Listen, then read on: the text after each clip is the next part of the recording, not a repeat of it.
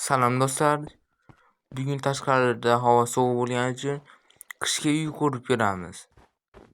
Menimcha qayerga qursamkin, necha qurib ko'rsamkin.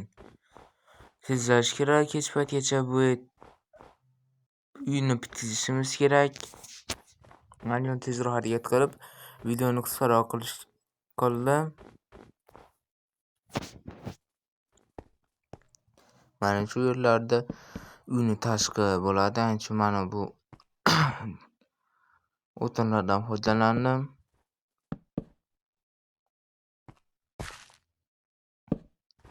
Uyning markazi.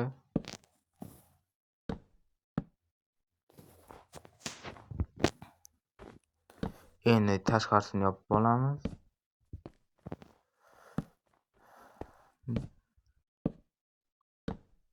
Do'stlar, bu yerda deraza uchun joy. Endi bu tomonga eshikni ham joylaymiz.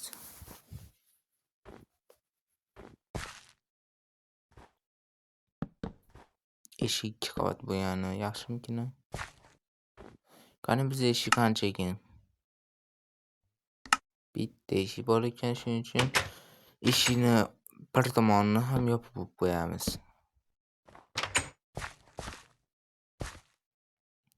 Endi uy ichiga mash'allarni qo'yib,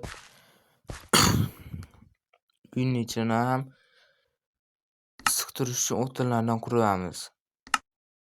Avval devorlarni bir qator o'yib chiqamiz.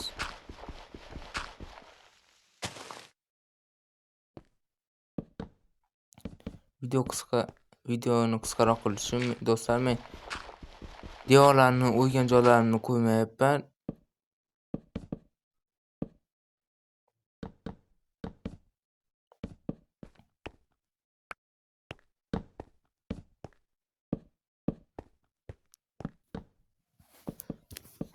Albatta uy issiq bo'lishi uchun devorlar taxtadan bo'lishi kerak, chunki taxta issiqni yaxshi saqlab tura oladi.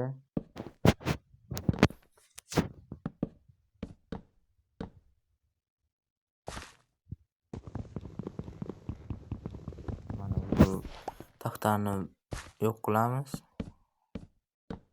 va qo'yib chiqamiz.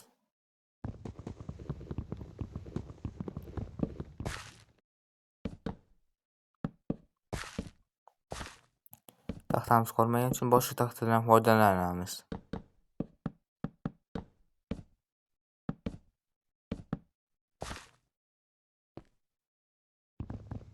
Mana bu yerda taxta chiqib qo'yibdi, buni o'yib yo'q qilamiz.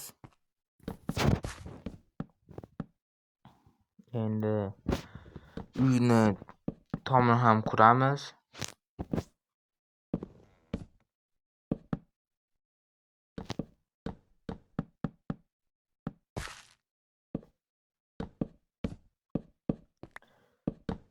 Uyni tomini ham qurib bitkazdik.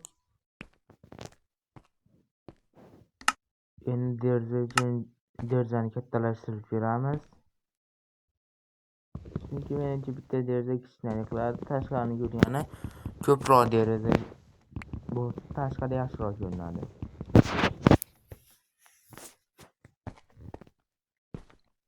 Derazalarni o'rnatib olamiz.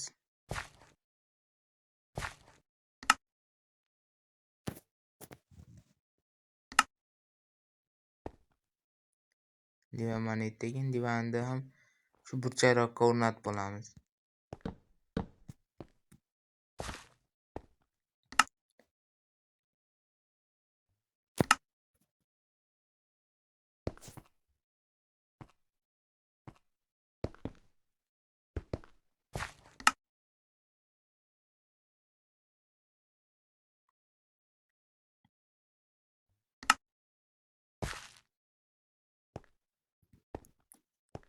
Pechkalarni ham o'rnatib olamiz.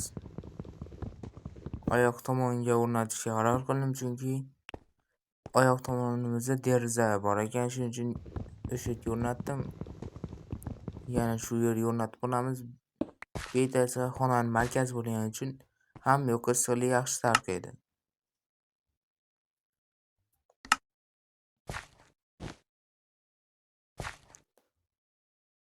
To'rtni qo'yib olamiz va jichcha yeb beramiz.